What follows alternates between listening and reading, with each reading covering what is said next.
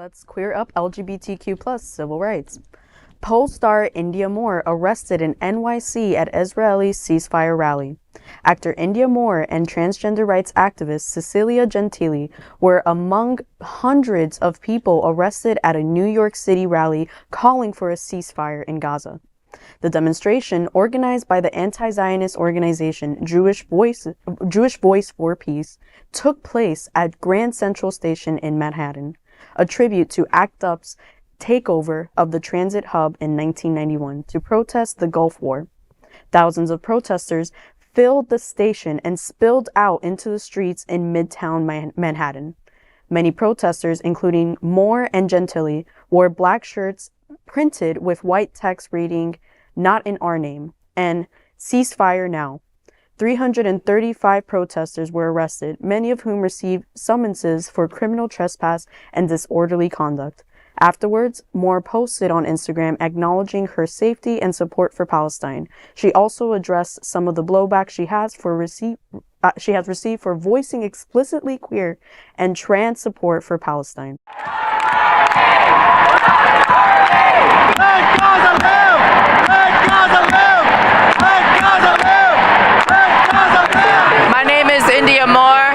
I'm standing here. I'm resisting and protesting in solidarity with Jews, trans people, queer people, black and brown victims of colonization, and Americans, just like you and I, to stand against our tax dollars being used to decimate Palestinians.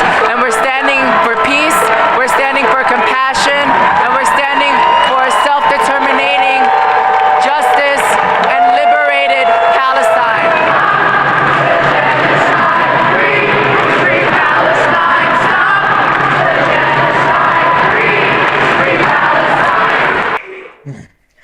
So I'm not going to lie, I really do have mad respect for Indya Moore. She's literally sacrificing her entire career. She's sacrificing, like, you know, her fans, her everything to stand for the Palestinian people who unfortunately are being brutalized, and they're unfortunately being attacked and going through mass killings and even equivalent to what's termed a genocide in that state.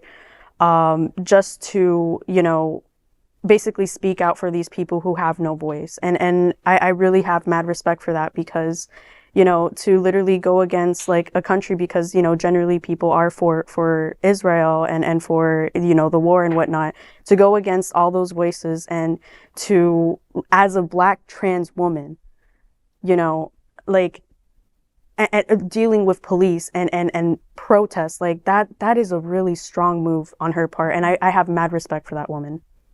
I really do like the stance of this entire protest. There was one of my favorite quotes in the world is an old one from Mother Teresa, where she says, "If you hold an anti-war rally, I shall not attend, but if you hold a pro-peace rally, invite me."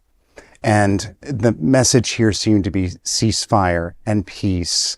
And I think what Mother Teresa was trying to teach us there is that, you know, getting angry or getting violent to get towards peace hasn't worked. So I like the message, the bravery, but I also like that it was a peaceful sit-in and that it took over the entire operations. I think it was really well done. What I also love as well is that the Jewish community is also in support of this. I have so many of my Jewish friends that are also for Free Palestine. They've attended protests. They've been posting. I mean, Jewish people are unequivocally for Palestinians and for like human rights and whatnot.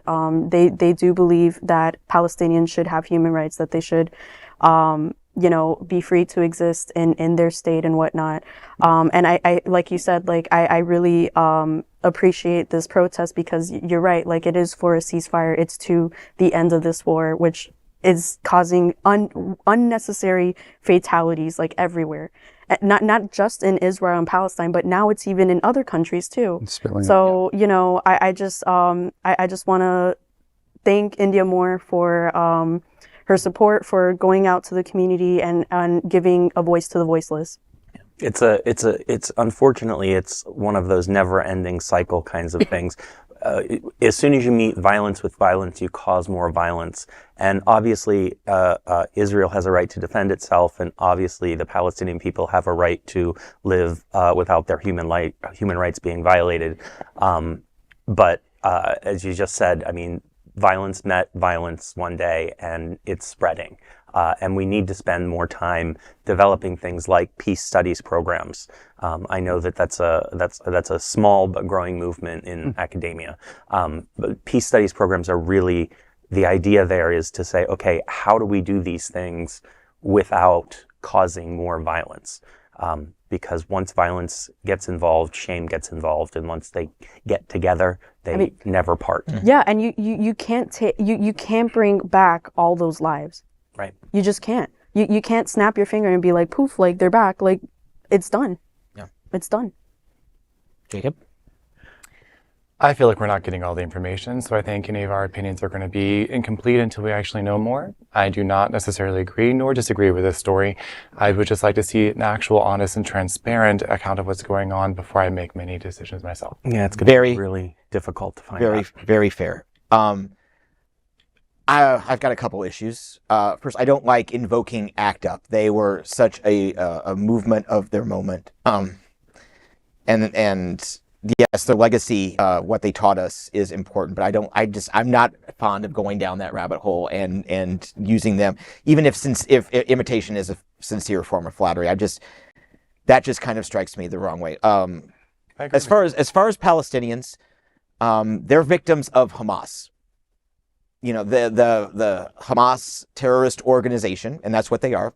They're not a state. Palestine is essentially a state. Hamas became basically this shadow government that operated with allies in the halls of government. Absolutely, we want peace, but we can't have compassion that will only lead to more oppression.